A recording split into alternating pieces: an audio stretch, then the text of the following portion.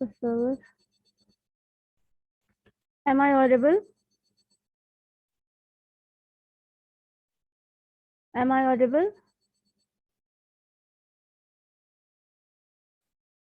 मोनिका, मेरी आवाज आ रही है? यस मैम, आ रही है। Okay, ma'am good evening, good evening.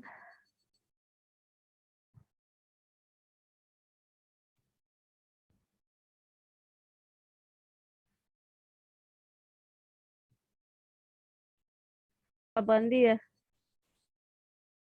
क्या? तो कुछ पूछना है किसी को तो बताओ। अंकु ज्वाइन की है? मैम आज से पढ़ेंगे तब अब पूछेंगे फिर एग्जाम बाद। एग्जाम बाद पर पूछोगे? क्या बात है,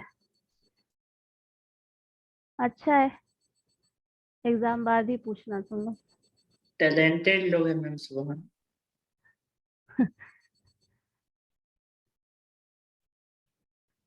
चलो, लास्ट वाला कल वाला क्वेश्चन बन गया था सबसे। एक अंकु को तो मैंने सॉल्व करके भेज दिया था, लेकिन पता नहीं अभी वो ज्वाइन किए या नहीं। प्रत्यय ज्वाइन कर लिए?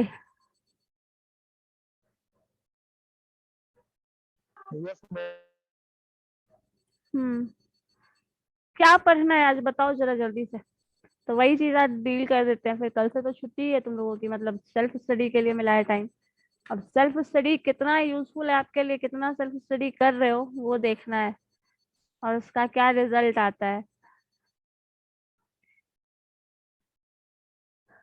कंटिन्यूटी एंड लिमिट पूछ रहे थे ना तुम लोग? हाँ, तो कंटिन्यूटी एंड लिमिट बता दे।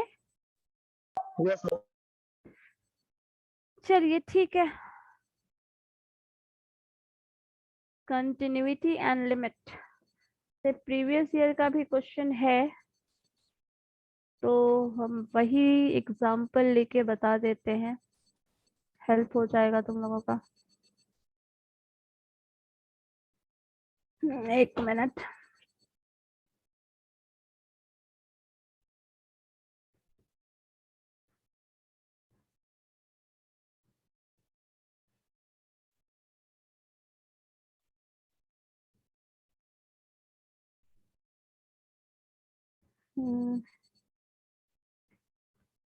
लिमिट और कंटिन्यूटी में डिफरेंस पता है, या फिर लिमिट किसको बोलते हैं, कंटिन्यूअस क्या है? दोनों टर्म को कोई डिफाइन कर सकता है कोई भी?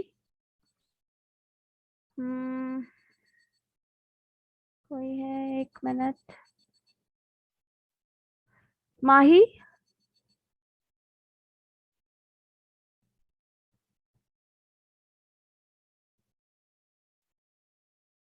माही लिमिट और कंटिन्यूटी को डिफाइन कर सकती हो क्या?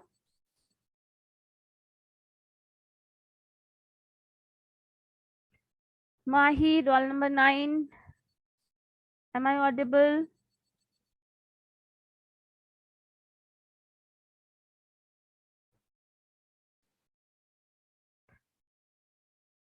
कोमल?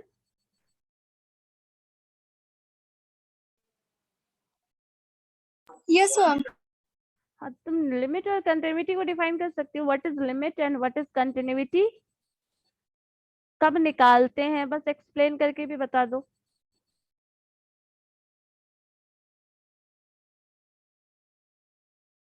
नहीं, कोई और है जो बता सकता है?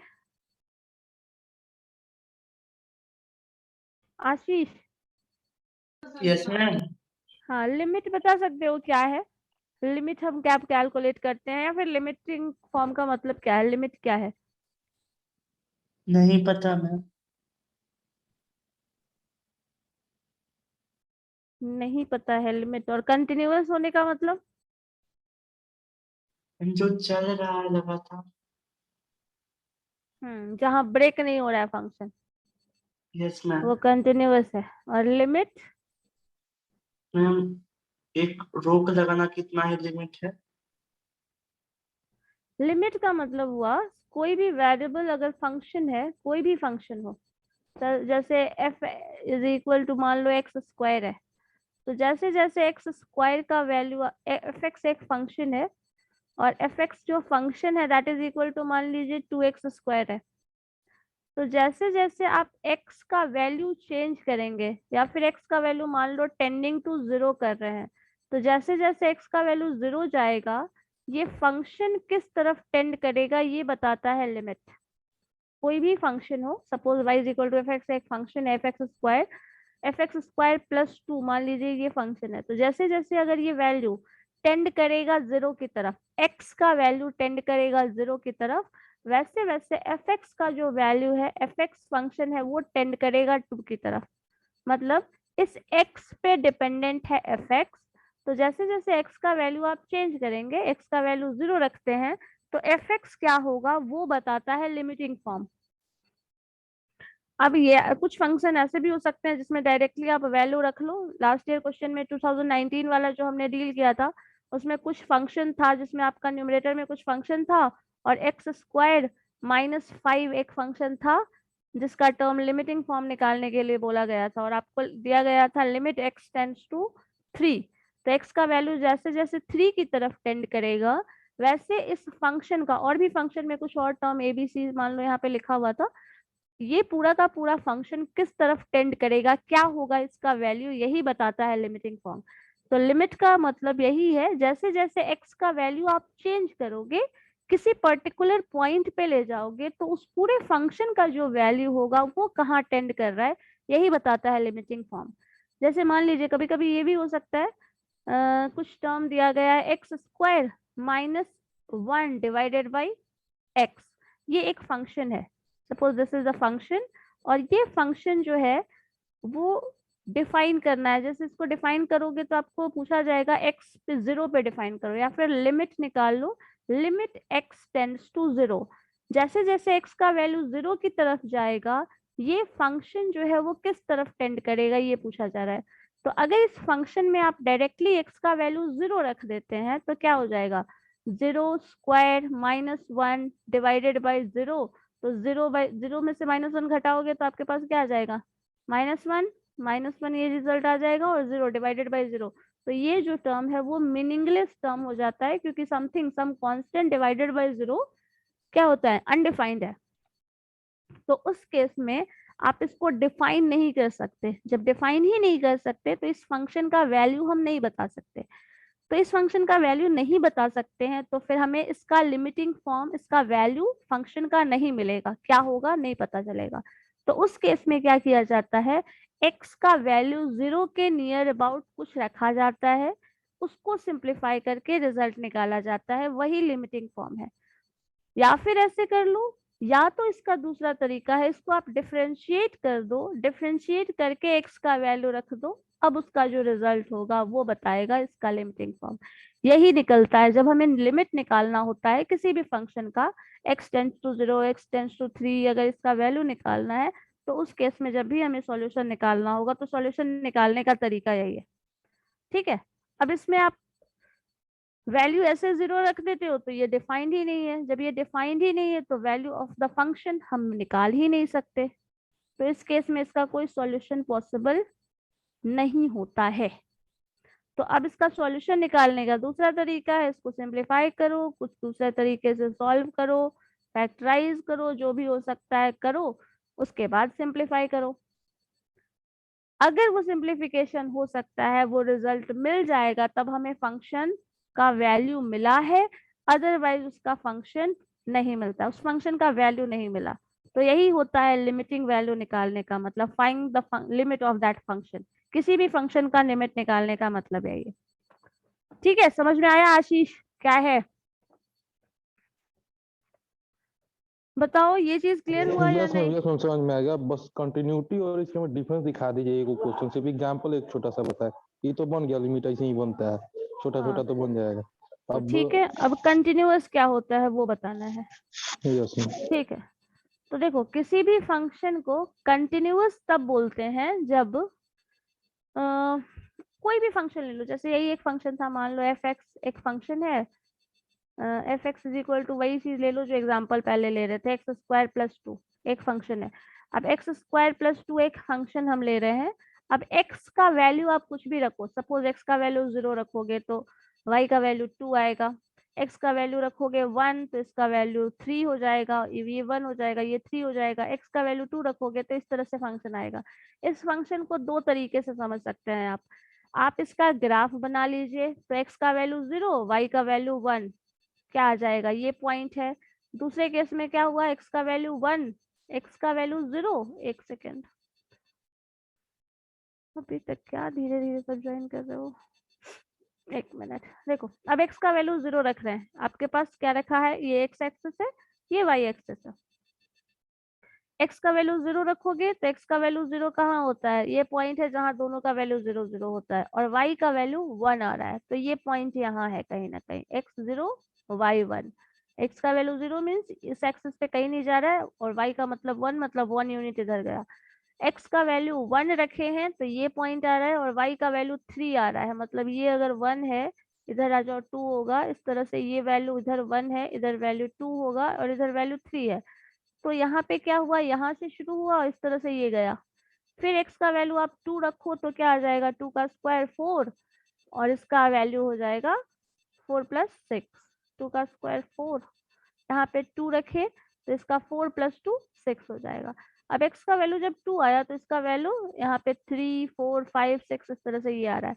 अब क्या हो रहा है, ये फंक्शन इधर जा रहा है, तो इसी तरह से और फंक्शन ऊपर चलता चला जाएगा। अब कहाँ तक जाएगा, हर बार आप ग्राफ बना के तो देख नहीं सकते हो, तो अब हम इसको प्रैक्टिकली हर इक्वेशन का जो भी आपको एग्जाम में आता है, या फिर कोई भी फंक्शन दिया हुआ है उस फंक्शन का हर जगह ग्राफ बनाना शुरू करोगे तो वहाँ पे बहुत सारा रिसोर्सेज वेस्ट हो रहा है, हमारा टाइम लग रहा है इस फंक्शन को जनरेट करने में। इस तरह से टेबल बनाइएगा आप एक्स वाई का टेबल बनाइए, उसके बाद एक ग्राफ पेपर लीजिए, ग्राफ पेपर लेकर आप इस तरह से ग्राफ ड्रॉ करेंगे, उसमें भी ग्राफ के साथ पूरा टर्म होना चाहिए कि इक्वी डिस्टेंट है क्या है नहीं है, वो सारा टर्म फॉलो करते हुए तुम पूरा ग्राफ बना के चेक कर सकते हो। लेकिन अब पूरा ग्राफ बना के चेक करोगे तो वो बहुत ज्यादा टाइम कंज्यूमिंग है, बहुत सारा रिसोर्स भी वेस्ट हो रहा है, और उतना हर फंक्शन के लिए हम कर भी नहीं सकते। सो इसको सॉल्व करने के लिए क्या किया गया है कि कोई भी फंक्शन कंटिन्यूअस तब होता है जब मान लो यहाँ पे इस पॉइंट को, कोई पर्टिकुलर पॉइंट आप ले लो, इससे बगल वाला पॉइंट, दूसरा पॉइंट ये है, इसके बगल वाला पॉइंट ये है, ये 3 पॉइंट अगर आपस में एक ही वैल्यू, एक ही फंक्शन देता है, एक ही रिजल्ट देता है, तो उसको आप कंटिन्यूअस बोलते हैं। तो वो पॉइंट क्या हो सकता है, मान लो वो पॉइंट 3 है, वो पॉइंट 2 है, तो क्या करते हैं, कभी भी फंक्शन जो भी है, मान लो फंक्शन x हमारा है और x का वैल्यू 3 पे आपको जज करना है, तो एक एफ एक्स का वैल्यू 3 पे निकाल के देखो, 3 पे जब वैल्यू निकालोगे इसी फंक्शन का निकाल के देखो, तो 3 का स्क्वायर हो जाएगा, 3 का स्क्वायर प्लस 2, दैट मीन्स 3 का स्क्वायर करोगे 9, 9 + 2, ये आंसर 11 आ जाएगा। दूसरे केस में क्या किया जाएगा, ये 3 आप निकाल के देखे, उसी तरह क्या करो, एफ एक्स का वैल्यू 3 और 3 प्लस सम टर्म, 3 + 0.001 इस तरह का वैल्यू जाता है। तो जनरली हम इसको 0 करके चलते हैं क्योंकि बहुत स्मॉल वैल्यू ले रहे हैं, तो 3 + 0 लोगे, जब 3 + 0 लोगे तो आप क्या करोगे, x के वैल्यू पे आप 3 + 0 रख दो, जब x के वैल्यू पे 3 + 0 रखोगे तो उसका स्क्वायर हो रहा है, +2 हो रहा है, डिवाइड ये टर्म आ रहा है। अब इसको आप जब आप डिफरेंशिएट, सॉरी नॉट डिफरेंशिएट, इसको सिंप्लीफाई करेंगे तो ये 3 का स्क्वायर हो जाएगा, 3 का स्क्वायर प्लस 0 का स्क्वायर प्लस 2ab, तो 2ab क्या हो जाएगा, 3 × 2 = 6 और 6 × 0, 2 × 3 × 0, ये पूरा टर्म आप लिखते हो, that whole term divided by 2। जब इसको भी सिंप्लीफाई करते हो तो लास्ट में क्या आता है, ये 3 स्क्वायर 9 हो गया, ये लास्ट टर्म 2, ये 0 का स्क्वायर और ये टर्म मल्टीप्लाई हो गया, 0 आ रहा है, तो अल्टीमेटली ये भी 11 आ रहा है। इसी तरह आपको क्या करना है, दूसरा टर्म जो इससे 3 से सटा हुआ पॉइंट क्या होगा, मतलब इससे कुछ टर्म हम घटा रहे हैं, तो 3 माइनस कर दो 0, माइनस करोगे तो -0 नहीं हुआ, इसका मतलब 0 मतलब ये हुआ 0.01, इस तरह से वैल्यूज होता है 0.001, और वो बहुत स्मॉल वैल्यू होता है।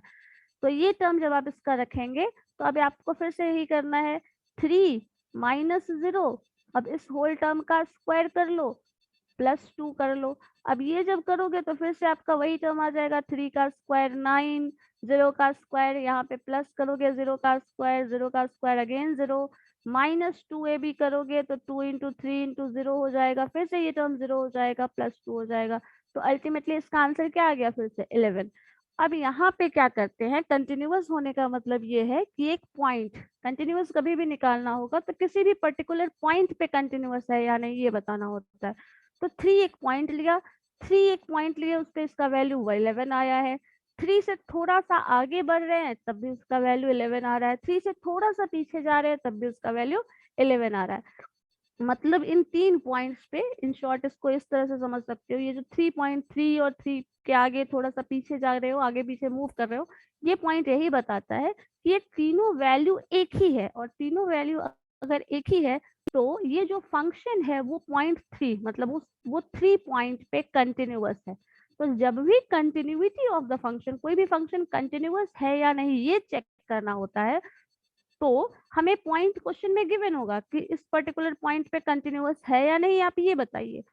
तो वो पॉइंट पे आप निकाल के इसी तरह से फंक्शन बताएंगे, उस फंक्शन में 0 ऐड करके उसका फंक्शन सिंप्लीफाई करेंगे, तब जो रिजल्ट आएगा वो देखेंगे। इसी तरह ये वैल्यू 3 - 0 करके देखेंगे, जिसको हम a + h लिखवाए होंगे शुरू में, याद हो अगर तो, a + h, a - h और a, ये 3 पॉइंट पे आप ये फंक्शन चेक करते हो। अगर तीनों पॉइंट का वैल्यू इक्वल आता है, जो कि यहाँ आया है 11 आया है, इसमें भी 11 आया और इसमें भी 11 आया, तब वो फंक्शन कंटिन्यूअस होगा।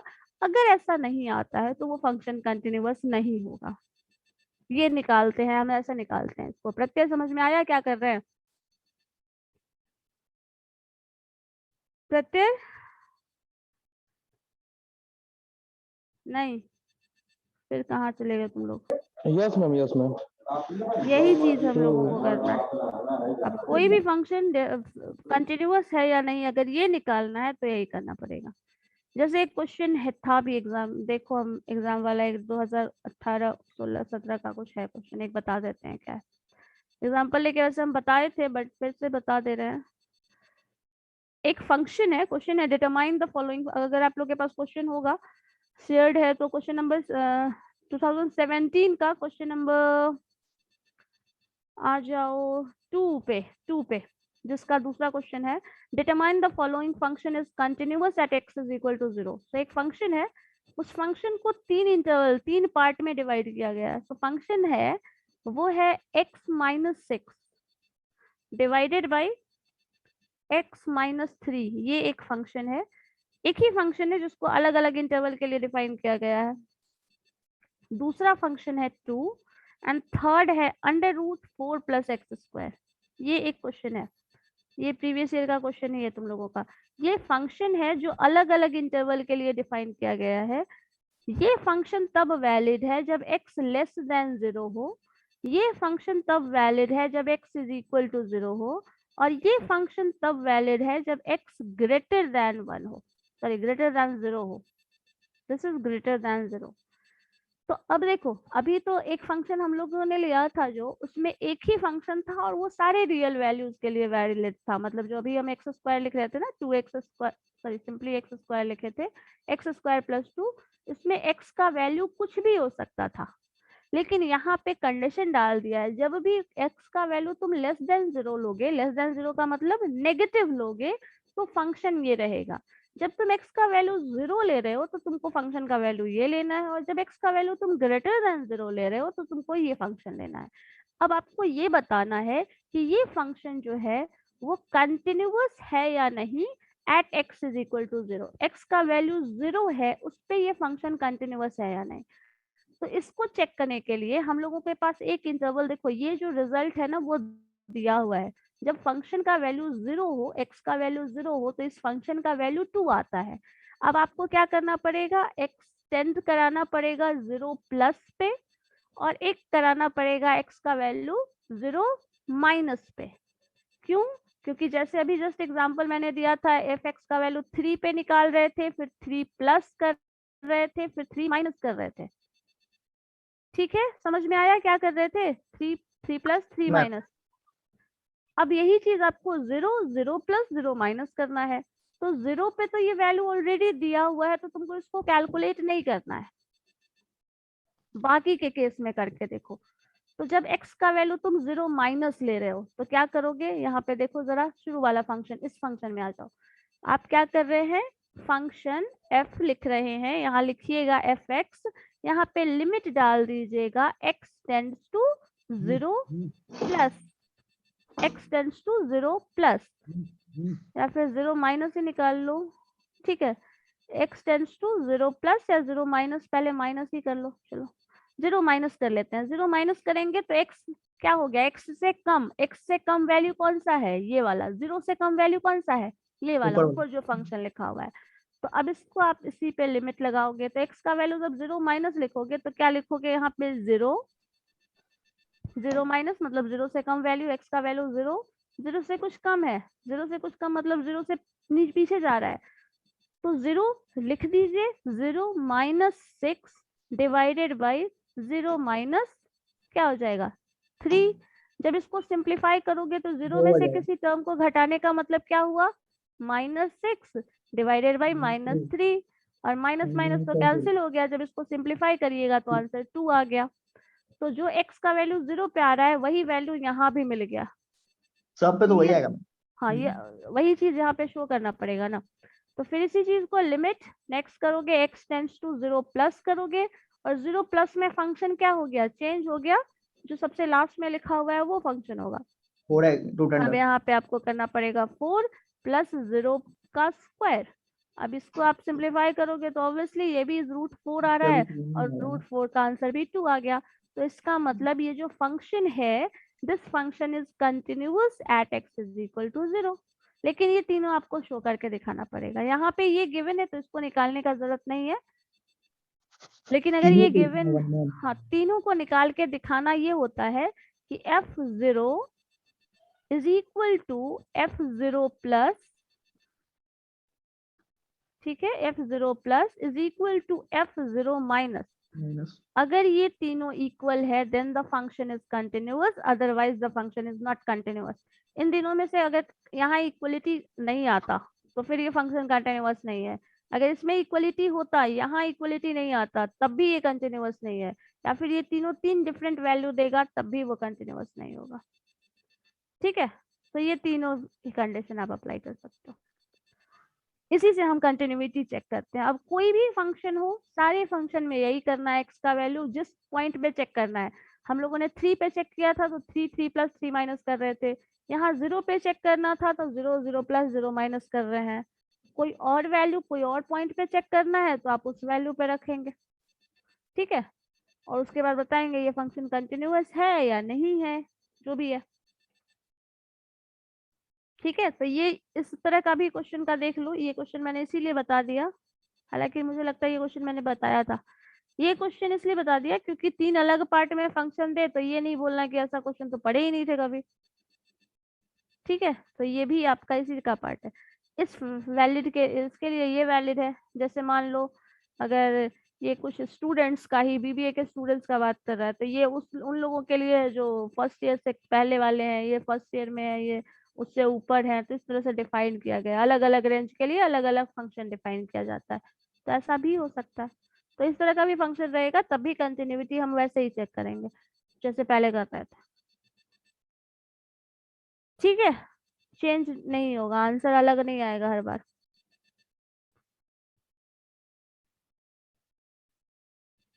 और अगर ये चेंज मतलब अगर वैल्यू हर बार रखें और ऐसा टर्म आ जाए कि 0 आ जाए, तब हम लोग उसको डिफरेंशिएट करके सॉल्व करते हैं। मतलब डिफरेंशिएशन कर देंगे देन वैल्यू ऑफ x डालते हैं, तब जो हमें आंसर मिलता है वो हमारा वैलिड आंसर होगा। क्योंकि कभी कभी 0 पे वो अनडिफाइंड होता है, ठीक है। समझ आ गया या नहीं, बताओ ये बात समझ में आ गई या नहीं। यस मैम, आ गया। क्वेश्चंस प्रैक्टिस करके देखना तुम लोग, फिर जैसा होगा बताना मुझे। मम्मी ये बता दीजिए एक बार और। कौन सा 3 अभी प्लस बना है, ये वाला 3 प्लस, क्या बोल रहे हो 3 प्लस, अरे जो भी जिस पॉइंट पे निकालना हो उसको रखना है। 0 पे निकालना था इसलिए 0 प्लस 0 माइनस कर रहे थे।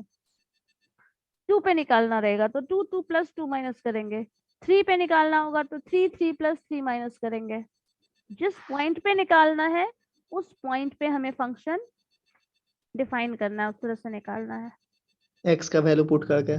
हाँ, एक्स का वैल्यू जो भी गिवन, जिस पॉइंट पे गिवन होगा, कभी भी कंटिन्यूटी पूछेगा तो कोई पर्टिकुलर पॉइंट जरूर बताएगा, पॉइंट नहीं बताएगा तो कंटिन्यूटी पूछेगा ही नहीं कभी। ठीक है, तो कंटिन्यूअस है या नहीं वो पर्टिकुलर पॉइंट पे बताता है।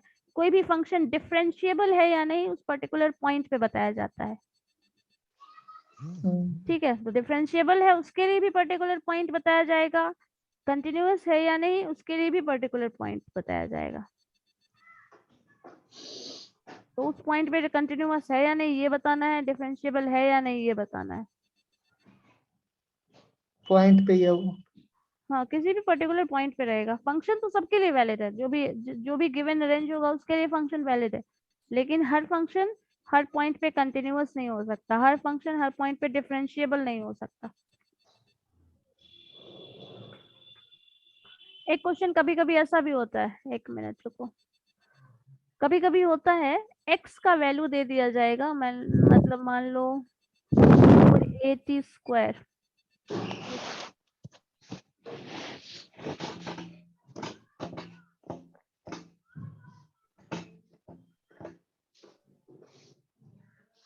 ठीक है, 480 स्क्वायर, ठीक है, 480 स्क्वायर एक फंक्शन है, x is equal to 480 square. इसी तरह दे दिया जाएगा दूसरा वैल्यू, मान लो y is equal to 680 square, 80, ठीक है। अब क्या किया गया है जरा ध्यान से देखना, जनरली जो अभी तक हमको फंक्शन मिलता था वो क्या होता था, y is equal to f x, ये फंक्शन मिलता था। मतलब y को एक्सप्रेस किया जाता था x के टर्म में, मतलब आपके पास जो फंक्शन आता था 2x स्क्वायर, 3x, 4x, कुछ भी ऐसा टर्म लिखा रहता था। यहाँ पे क्या है, x का वैल्यू 480 स्क्वायर कर दिया, y का वैल्यू 680 कर दिया। अब x और y दोनों को ही क्या किया गया है, t के टर्म में रिप्रेजेंट किया गया है। तो इस तरह के क्वेश्चन में क्या कर दिया जाता है, x और y का दो अलग अलग वैल्यू दे दिया गया है और आपको बोला जाएगा कि आप dy बाई dx निकालिए। तो उस केस में क्या करते हैं हम लोग, इस x को डिफरेंशिएट कर लो, dx बाई dt कर लो, x को डिफरेंशिएट करिएगा t के रिस्पेक्ट में, तो dx बाई dt आएगा। और जब इसको t के रिस्पेक्ट में डिफरेंशिएट करेंगे तो 2 इंटू 8 4 880 आ जाएगा। ठीक है, बताओ इसमें कोई दिक्कत है? x को, इस फंक्शन को आपको t के रिस्पेक्ट में डिफरेंशिएट करना है, तो क्या आ गया, x is equal to 480 square, तो इसका डिफरेंशिएशन क्या होगा, 2 इंटू 4 880। इसी तरह ये dx बाई dt मिला, इसी तरह अब आपको क्या करना है, dy बाई dt निकालना है। तो dy बाई dt करोगे तो क्या आ जाएगा, देखो 6 ऑलरेडी है, 80 है, तो इसका डिफरेंशिएशन 6a आ जाएगा। ये होगा। अब आपको बोला जाएगा dy बाई dx निकालो, तो पहले अलग अलग डिफरेंशिएट करो, इस फंक्शन को t के रिस्पेक्ट में डिफरेंशिएट कर लो, इस फंक्शन को t के रिस्पेक्ट में डिफरेंशिएट कर लो, उसके बाद dy बाई dx निकालना है। तो क्या करोगे, dy बाई dt, इसको dy बाई dt जो भी आंसर आया है that term divided by dx by dt करोगे। जब ये करोगे तो रिजल्ट तुम्हारा dy बाई dt क्या आया है, 6a, डिवीजन में आ जाइए 880, तो ये टर्म आपको सिंप्लीफाई कर लो, 6a है, ये 3 से कैंसिल हो जाएगा, a कैंसिल हो जाएगा, 3 से कैंसिल होगा तो 2 से कैंसिल करोगे तो 3 बाई 4, ये जो होगा वो dy बाई dx का वैल्यू होगा। तो कभी कभी इतना सिंपल सा भी रहता है, 3/40, तो 40 जो है वो t डिनोमिनेटर में है, साइड में मत लिख देना। ये तो मैम इजी है। हाँ, तो ये ऐसे भी पूछा जाता है कभी कभी, तो ये ऑब्जेक्टिव वगैरह में पूछा जा सकता है या फिर 3 मार्क्स में भी पूछा जा सकता है। और नहीं तो पॉइंट वाला पूछेगा एक्स। हाँ, और एक चीज और देख लो, एक टर्म और बता देते हैं। कभी कभी क्या होता है, ये भी होता है, फंक्शन x और y मर्ज करके पूछ दिया जाता है, जैसे एक्स वाई का स्क्वायर है, x y square plus 5y plus 6, ये एक फंक्शन है, ये भी तुम्हारा क्वेश्चन का ही है। तो x y square plus y y plus t है। अब ये फंक्शन में आप ये नहीं लिखेंगे ना कि ये फंक्शन एक्स का है या वाई का है, एक फंक्शन है। कौन सा फंक्शन है? जो भी फंक्शन है, एक फंक्शन दिया हुआ है। अब इसको जी जेड या फिर कुछ और फंक्शन का नोटेशन डाल दो, जी जेड डाल देते हैं। जेड इसलिए डाल रहे हैं क्योंकि हम अगर एफ वाई लिख देंगे या फिर एफ एक्स लिख देंगे मतलब हुआ function of x, f y लिखते हैं मतलब function of y, g z करते हैं तभी इसका मतलब फंक्शन ऑफ जेड होता है। तो कोई भी फंक्शन डाल दीजिएगा, आप सिंपली सब कुछ नोटेशन नहीं डालोगे, सिंपली एक फंक्शन डाल रहे हो, कोई भी फंक्शन है। अब इस फंक्शन को आपको बोला जाएगा डिफरेंशिएट करिए, कंडीशन लगा दे। यहाँ पे कभी कभी बोला जाता है पार्शियल डिफरेंशिएशन करना है। पार्शियल डिफरेंशिएशन का मतलब हुआ कि पार्शियल डिफरेंशिएशन जब भी पूछा जाएगा ना तो ध्यान देना एक्स और वाई का टर्म कॉम्बिनेशन में मिलेगा। यहाँ पे वाई का टर्म है, यहाँ पे कांस्टेंट है, यहाँ एक्स वाई मर्ज है। जब भी एक्स वाई मर्ज करके किसी भी इक्वेशन में आ जाए तो पार्शियल इक्वेशन का कॉन्सेप्ट आता है, पार्शियल डेरिवेटिव का कॉन्सेप्ट आता है। तो पार्शियल डेरिवेटिव निकालोगे तो पार्शियल डेरिवेटिव में लिखना होगा आपको, जो पार्शियल डिफरेंशिएशन निकाल रहे हैं वो विथ रिस्पेक्ट टू एक्स निकाल रहे हैं या विथ रिस्पेक्ट टू वाई निकाल रहे हैं।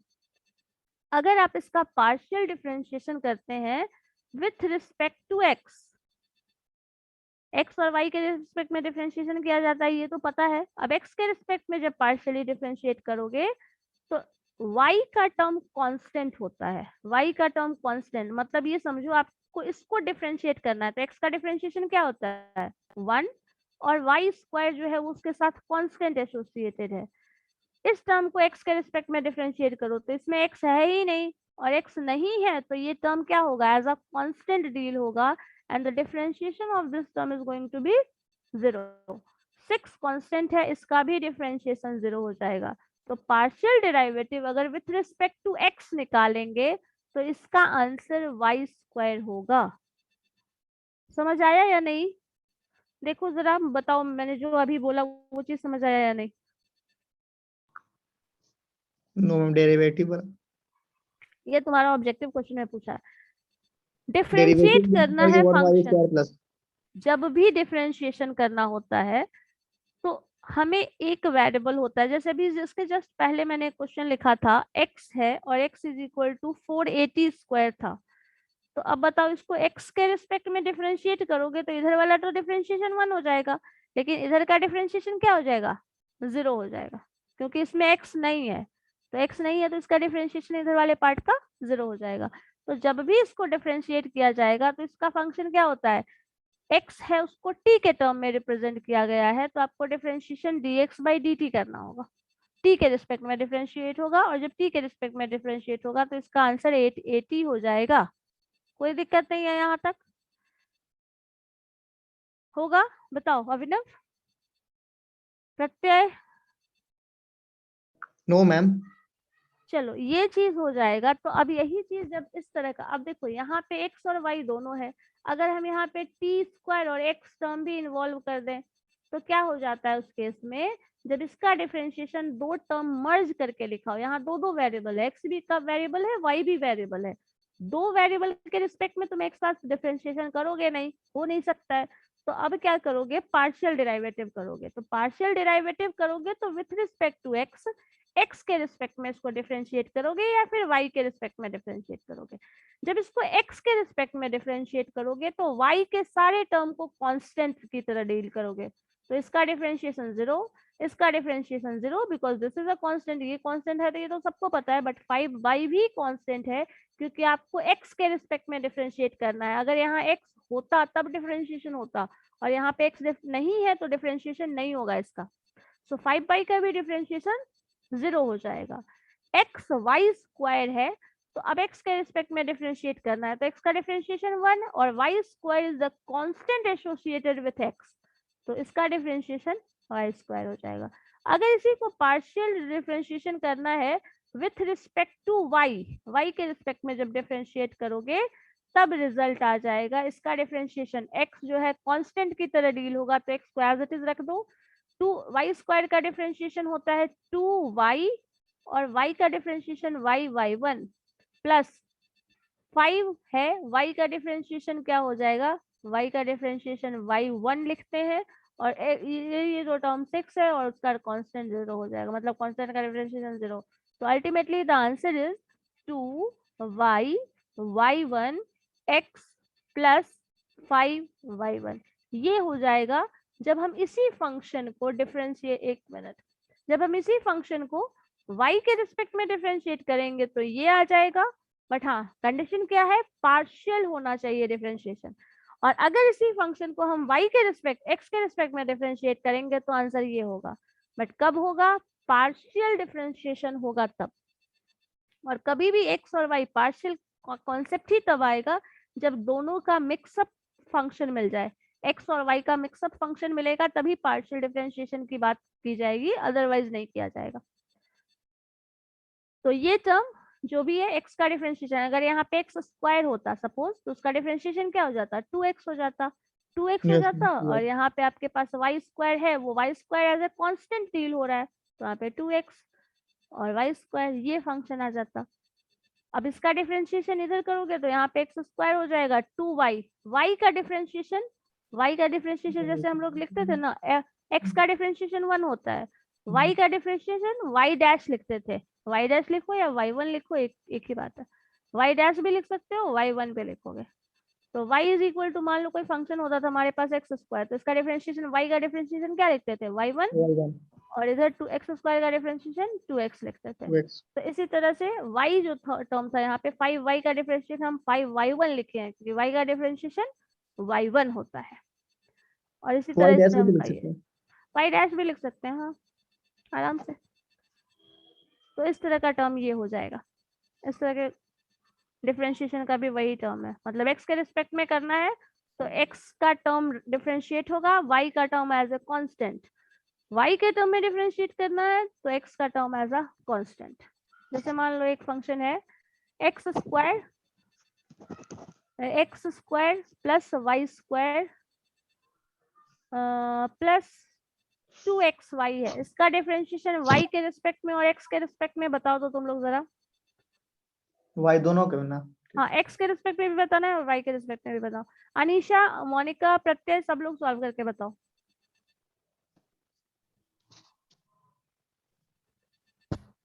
फंक्शन दिया हुआ है, इसको x के रिस्पेक्ट में करो, y के रिस्पेक्ट में करो।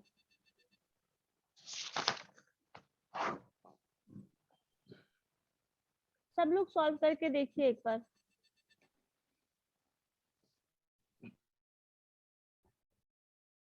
जो भी आंसर आता है बताओ।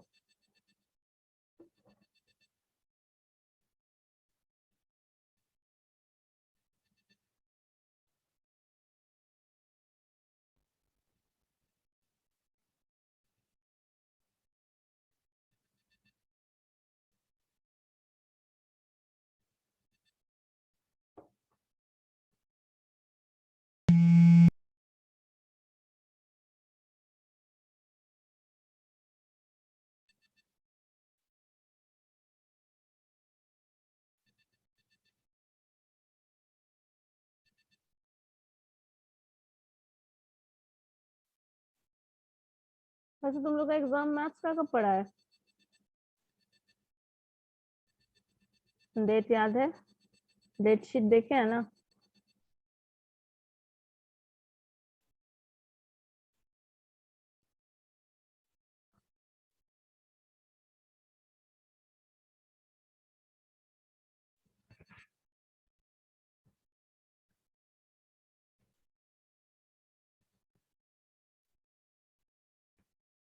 बताओ क्या आ रहा है।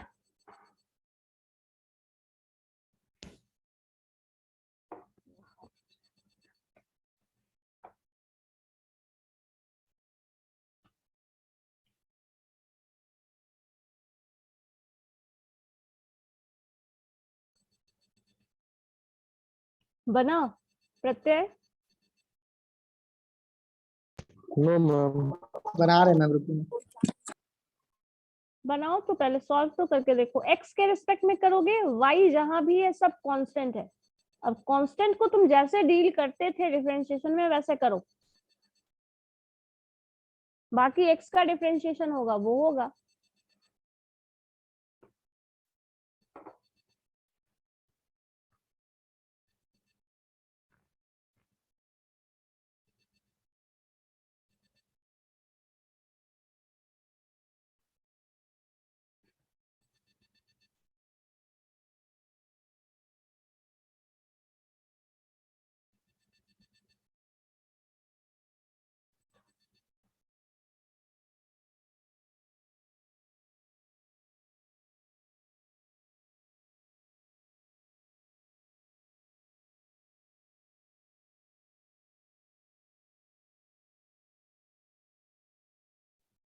नहीं बना?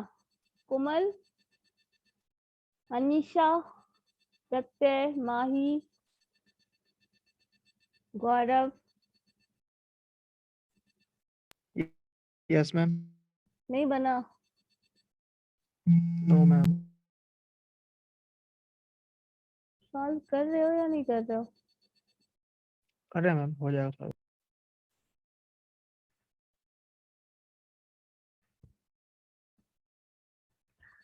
देखो x के रिस्पेक्ट में डिफरेंशिएट करेंगे तो लिखेंगे जो फंक्शन है इसको फंक्शन नोटेशन डाल दो। So del f function of this function is differentiated with respect to x। जब x के रिस्पेक्ट में करोगे तो डिफरेंशिएशन एक्स स्क्वायर का डिफरेंशिएशन 2x होता है, सबको पता है। Yes ma'am. ये टर्म कांस्टेंट है, जब भी x के रिस्पेक्ट में डिफरेंशिएशन होगा, पार्शियल डिफरेंशिएशन होगा, so every term except x को कांस्टेंट की तरह डील करेंगे। So this is a constant, constant का डिफरेंशिएशन 0 प्लस 2y जो है वो कांस्टेंट है, और 2y जो कांस्टेंट है that is associated with this x, so the differentiation of this x is equal to 1। सो उसका आंसर जो होगा वो हो जाएगा 2x प्लस 2y। अगर इसको चाहो तो 2 कॉमन ले लो और बोल दो 2 into x plus y. So 2 into x plus y जो है वो डिफरेंशिएशन किसका हो गया? Partial differentiation of this function with respect to x. समझ गए क्या कर रहे हैं? 2x प्लस 2y हो गया ना। 2x प्लस 2y, हाँ 2 कॉमन ले लो, x प्लस वाई हो जाएगा 2 इंटू एक्स प्लस वाई। ठीक है, समझ गए गौरव?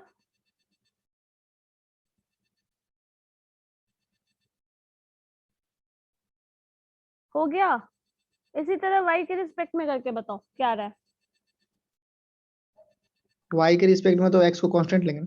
हाँ, x को कौन से लेना है? Del f by del y हो जाएगा। So del f by del y जो होगा वो क्या हो जाएगा? x के रिस्पेक्ट, x को कांस्टेंट, सो फर्स्ट डिफरेंशिएशन ही इसमें 0 आ जाएगा, x स्क्वायर है, y इसमें है ही नहीं तो डिफरेंशिएशन 0। दूसरे केस में प्लस y स्क्वायर का डिफरेंशिएशन क्या होता है? 2y y1, अभी जस्ट बताए हैं, y का डिफरेंशिएशन y1 लिखते हैं, तो 2y y1 प्लस 2xy है, तो 2x जो है वो कांस्टेंट की तरह डील होगा और y का डिफरेंशिएशन y1 होता है। सो आंसर ये आ जाएगा। अब इसमें से आप चाहें तो 2y1 कॉमन ले कॉमन लेंगे ले सकते हैं, y। 2y1 कॉमन ले सकते हो, तो यहाँ पे y प्लस x आ जाएगा।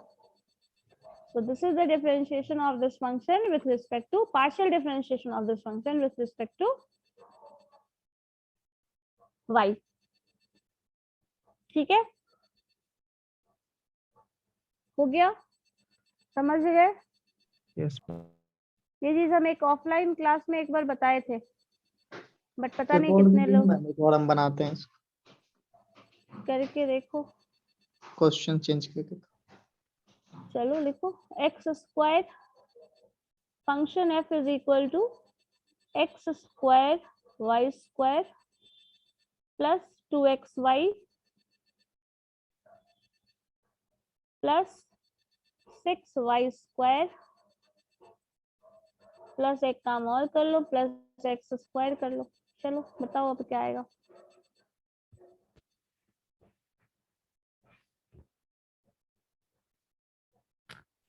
मैम किसके रिस्पेक्ट में दोनों डिफरेंशिएट करना? दोनों के रिस्पेक्ट में कर लो, एक्स के रिस्पेक्ट में भी करो, वाई के रिस्पेक्ट में भी करो, क्योंकि दोनों में से कुछ भी पूछा जा सकता है ना। तो एक्स के रिस्पेक्ट में पार्शियल डिफरेंशिएशन है with respect to x, with respect to y, दोनों निकाल लो। अब जो पूछा जाएगा क्वेश्चन में वो निकालना। ऐसे अगर पार्शियल डिराइवेटिव निकालने के लिए कहा जाए तो दोनों के रिस्पेक्ट में निकाल दीजिए।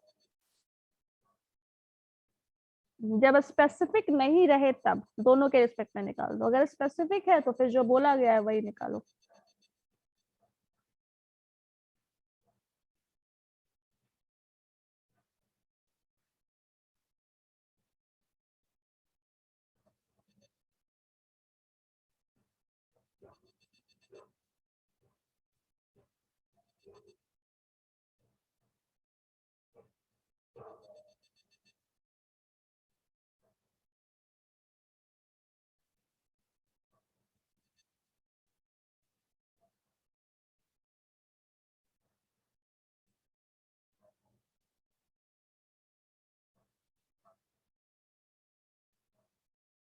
बताओ हो गया?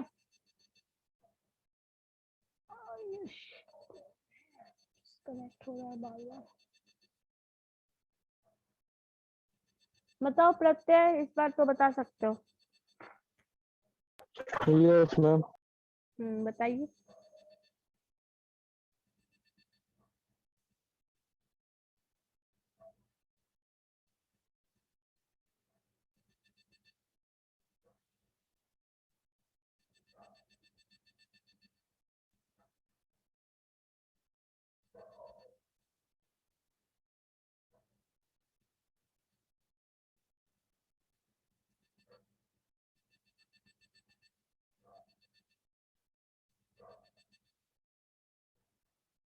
और ज्यादा कंफ्यूज होते हो अगर इस तरह के फंक्शन में, तो जो कांस्टेंट है उसको पहले लिख लो, उसके बाद सिंप्लीफाई करो, उसके बाद डिफरेंशिएशन करना मुश्किल नहीं है।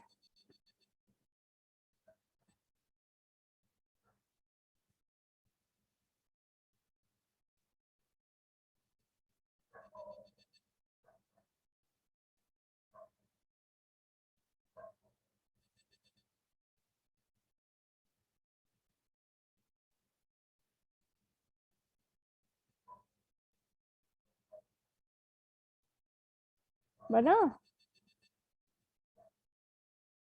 क्या इनोवेटिव आंसर देने वाले हो तुम लोग, अभी तक बना ही रहे हो, रिसर्च ही हो रहा है क्या कुछ?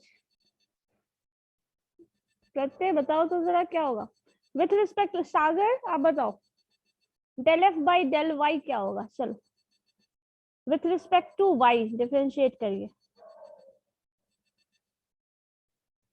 सागर, am I audible? Yes ma'am. हाँ बताइए जरा, वाई के रिस्पेक्ट में डिफरेंशिएशन क्या करें बताओ।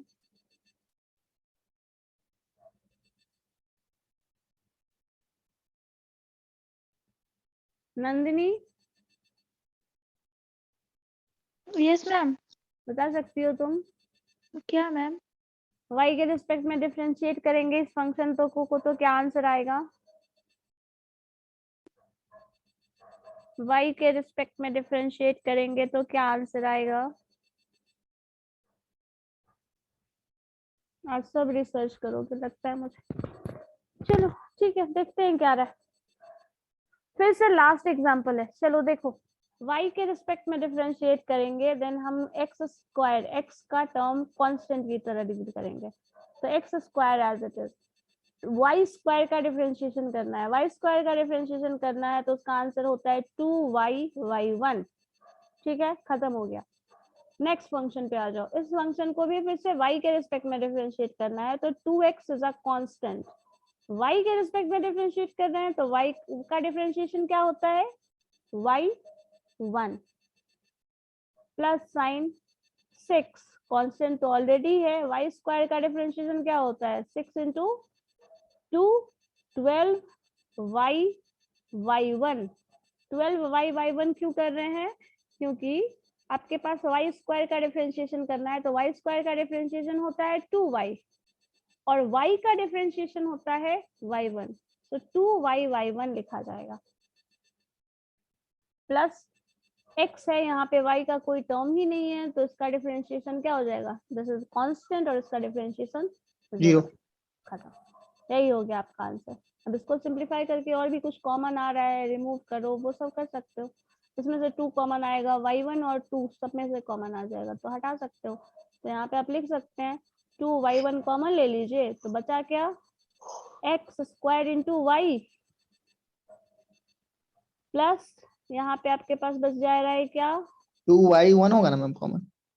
y1 कॉमन ले चुके हैं ना बाहर, 2y1 कॉमन लिया हुआ है, तो फिर आपका अंदर जो बच रहा है x स्क्वायर इंटू वाई बचता है।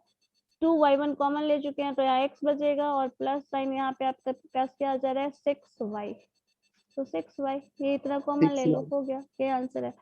अब इसी को x के रिस्पेक्ट में करोगे तो differentiation of this function with respect to x, तो x के रिस्पेक्ट में करोगे तो y कांस्टेंट है।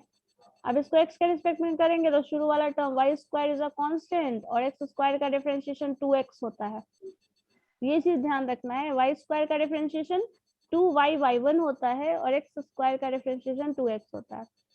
प्लस साइन 2xy, तो 2y इज अ कांस्टेंट और x का डिफरेंशिएशन 1 1 प्लस 6y स्क्वायर, क्योंकि इसमें x का टर्म नहीं है तो the differentiation of this term is 0। x square का डिफरेंशिएशन 2x, 2x तो दिस इज द आंसर। खत्म हो गया, काम खत्म है। ठीक है, यही है। तो फर्स्ट वाला का y स्क्वायर है ना? फर्स्ट का y स्क्वायर है, हाँ ये y स्क्वायर है। अब इसी में से फिर से कॉमन लग रहा है, 2 2 सब होगा। में कॉमन है, सब में से 2 कॉमन लेके सिंपलीफाई करके लिख तो वही हो गया आंसर। ठीक है, यही है आंसर आपका। यही हो गया। इसी को बोलते हैं पार्शियल डेरिवेटिव। ठीक है, चलो ठीक है, फिर जैसा होगा नहीं, प्रॉब्लम क्लास डाउट बताना। रहेगा तो कैसे पूछेंगे, क्लास नहीं होगा तो? कर लेना, मैसेज कर देना, मैसेज करके, यस मैम।